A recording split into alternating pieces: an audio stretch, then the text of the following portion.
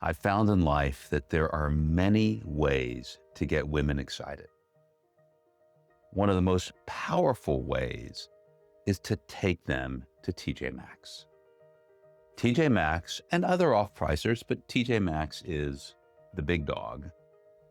There is something about the hunt, the excitement, finding that great dress or blouse or sweater at a price that is dramatically lower than, quote, department store prices, that just make women really happy. And so this is a story about why women are happy and excited at TJ Maxx, and what does it mean for real estate? No, it's never, ever the same place twice. Yesterday, next week, next Saturday night, you get the max for the minimum price. And it's never, ever the same place twice. It's the TJ Maxx. A company called Zehrs, which was a discount store, in the 70s tested a division called TJ Maxx, an off-price store that just had off-price merchandise in it. And that store was so successful that Zehrs Corporation shut down the Zehrs division and just focused on TJ Maxx. Throughout the 1990s and 2000s, TJX expanded via multiple banners. They bought Marshalls in 1995 and Home Goods they launched in 1992. And then they expanded to international markets with this TK Maxx concept. And by the early 2000s, TJX had become the world's largest off-price apparel and home fashions retailer. They have thousands of stores, billions of dollars of sales, and no debt. It is a phenomena of massive growth in the retail industry. So what does off-price really mean?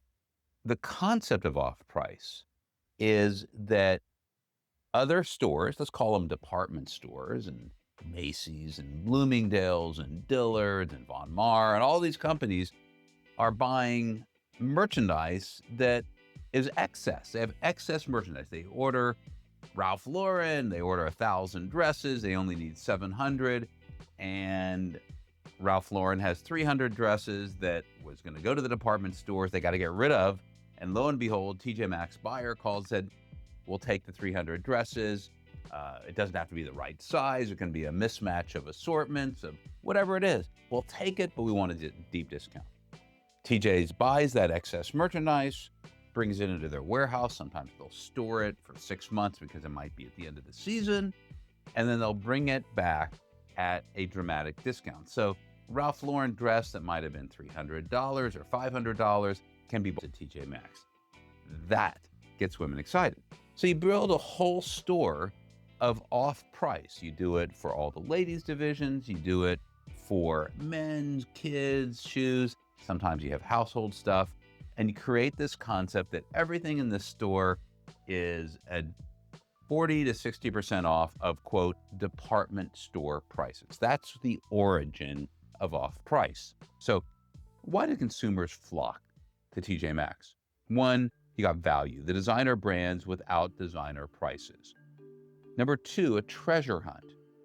The I found it dopamine hit, primarily with women.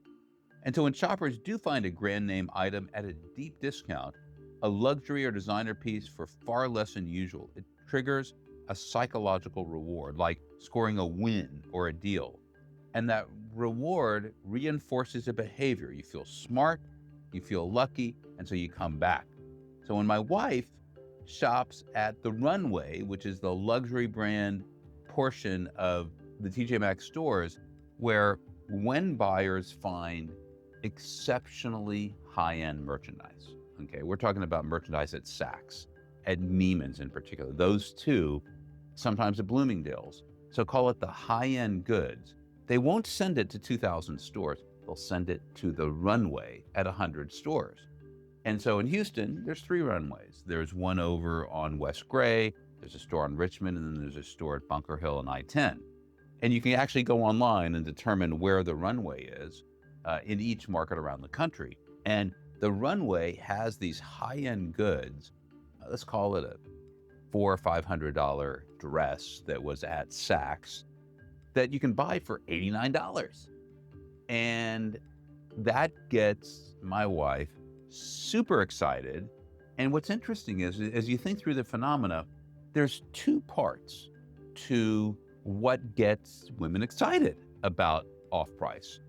One part is just looking at the tag, and you almost don't want to wear the merchandise because you look at the price, it was $500, you bought it for $79, and you start to hyperventilate. It's like really cool. You don't want to take the tag off. The second part is actually wearing a merchandise that is like designer-ish or designer, and knowing in your own mind that, yeah, I fooled Saks. I'm not going to go to Saks. I'm not going to go to Neiman's. I am going to the runway, and I am going to look good at 20% of the original price. And that is part of the fun. So part of the fun is how I look in that dress. And part of the fun is I know I got a steal. It resonates culturally, especially among women and younger generations. People take pride in their finds, in getting the great deal. They share them among friends on social media. They feel a sense of identity around being value conscious yet really fashionable. You also have freshness. Every visit feels different because the inventory churns constantly. There's a markdown rhythm where after a certain amount of time, every item will get marked down. And so the price at which you have in the stores is generally the market price or close to market price for every single SKU, for every single item. It's very, very attractive to the female customer. So what's the model behind the magic? They don't order ahead, these off-pricers. They buy opportunistically. Today, brands systematically overproduce to lower unit costs. Making too much is cheaper than making just enough because of economies of scale, manufacturer minimums, lower cost per unit with higher volume, and supplier incentives tied to output. And so overproduction becomes a built-in business strategy, and off-pricers become the pressure valve. So chains like Zara, H&M, Forever 21, and Shine operate on ultra-fast design cycles, high SKU diversity, and rapid trend response. To keep up, mainstream brands overcorrected, flooding the market with more products, more category, more trend chases. And when fast fashion eats the trend before you get your shipment in, your product becomes late inventory. And where does late inventory go? It goes to TJ Maxx. Now, off-price is transformed, it's matured, it's changed. As TJ Maxx has grown, they've grown divisions with Marshalls. You have Ross that has opened up lots of stores. You also have Nordstrom Rack, and you have Burlington. Those are the big four, and all of them are expanding very rapidly. So the question is there enough merchandise from all of the excess department store product to fill up 4,000 stores? And the answer is, of course, no. So what happened is TJ Maxx and Ross and all these companies had to create the mystique of the store being filled with off-price department store goods, but where it might have been 70, 80, 90% of the goods in the 1980s, today it's 10 to 20%. Maybe a little less, maybe a little bit more. And they sprinkle that, quote, department store goods around the loop, around the aisle. So all these stores come in, you take a right usually, you go around, and you're exposed to merchandise on the aisle that, you know, most people see. That's where kind of the sexy, cool stuff is. Now, what do they do about the rest? How do they fill up the store? Well, what they do is that they make merchandise. They go to vendors and they say, instead of excess, I want you to produce these jeans. I want you to produce XYZ blouses and dresses for the store. And it might have a label that is in a department store, but it's not excess merchandise. It's made for off-pricers. And it will still be a lower margin and quote 40 to 60% off department store prices, but it's really not. But that's what they say. So they maintain this mystique of great value. So that is kind of the branding aspect of off-price. The markup strategy is everyday low pricing. And what that means is that instead of running promotional pricing, it's called high-low. There's two pricing strategies in retail. It's high-low and everyday low pricing. High-low says, I'm going to buy it and mark it at a high price, not expecting a lot to sell, and then I'm going to promote it and run it on sale where most of it's going to get sold. That's high-low. Everyday low pricing in the off-price says I'm just going to mark it at a low margin, okay? And then I'm going to not promote it, but over time, there's going to be a markdown cadence, a markdown rhythm, and they take these little machines and they go through every merchandise on the rack. And if that merchandise has been there more than 75 days, the price goes down by 25% or some kind of formula. And then every week they go through the same rack and they're marking the goods down so that on average, everything on that rack is at market price.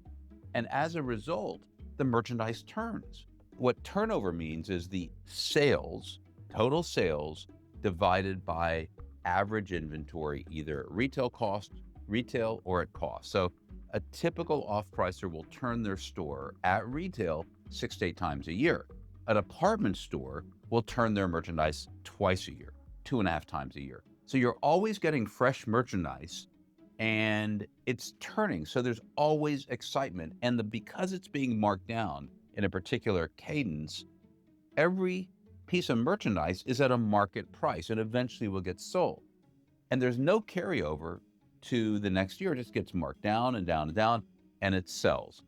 And so that creates a lot of excitement, a lot of turnover, and it's very profitable for these stores. So in other words, their general cost is very low. The cost of rent, the cost of operations, they're able to take lower margins. They're able to pass that value on to the consumer. And the perception is, one, prices are lower, and certainly compared to the quote the department stores, that is the perception. Now, why is this good for real estate? As I mentioned, the off-pricers, TJ Maxx, get women really excited. Okay, really, I mean, just like great. Now, they also get other people excited, and that's shopping center owners, because shopping center owners love the fact that these are stores that have great balance sheets. TJ Maxx, no debt. Ross, no debt. Burlington, Nordstrom Rack, they might have some debt, but these are very, very strong companies. The stores do $150, $300, $400 a foot. They pay great rent. They're very stable, and they're expanding by hundreds of stores a year. So shopping center owners say, okay, I want to figure out where can I find 20,000 square feet in an existing shopping center, put these guys in. And if I don't have 20,000 square feet, I'm hoping that somebody that's got 20,000 square feet in my shopping center that's paying low rent, or that's not as good as an off-pricer, I'm hoping they go out of business. And if they go out of business, or it's the end of their lease term, I can substitute an off-pricer. So they are great for the shopping center sector. And they're part of these groups of retailers that are growing dramatically throughout the country. So Amazon really killed a lot of the weak guys, but those that are left have been able to figure out how to compete with Amazon, including the off-pricers. They're also cycle resistant. Downturns actually make them stronger because they're buying more excess merchandise at lower prices, which triggers more traffic. As consumers become more price sensitive, demand for discounted name brand merchandise actually increases, making them economically resilient tenants. And so you'll see in a recession, the same store sales of a Ross or a TJ Maxx do very well in a recession. Unlike traditional department stores that are closing locations, off-price retailers are in a growth phase, actively seeking new real estate opportunities. TJ Maxx, 140 stores a year, Ross, 100 stores a year, Nordstrom Rack, 30 stores a year, Burlington, about 100 stores a year. And all these companies are growing into an inventory of shopping centers that's not growing because there's very little new construction in the shopping center sector. So these are wildly productive companies that help landlords. So why does this off-price format fit the moment? Brands overproduce more than ever, feeding the off-price inventory pipeline. They rely on TJ Maxx and Ross to clean up the supply chain. Instead of being a dumping ground, off-prices become a permanent inventory management tool, a structured profit channel, and a safety net for risk-taking. This mutually reinforces the overproduction cycle. Off-pricers will define the next era of value-driven shopping and consumer real estate strategy because it is the growth engine that's driving occupancy, that's moving rents higher, that's replacing weaker tenants with stronger tenants. So the moral of the story is that the off-pricers excite women, and then they also excite me as a landlord because I love to get an off-pricer to be a tenant in our shopping center.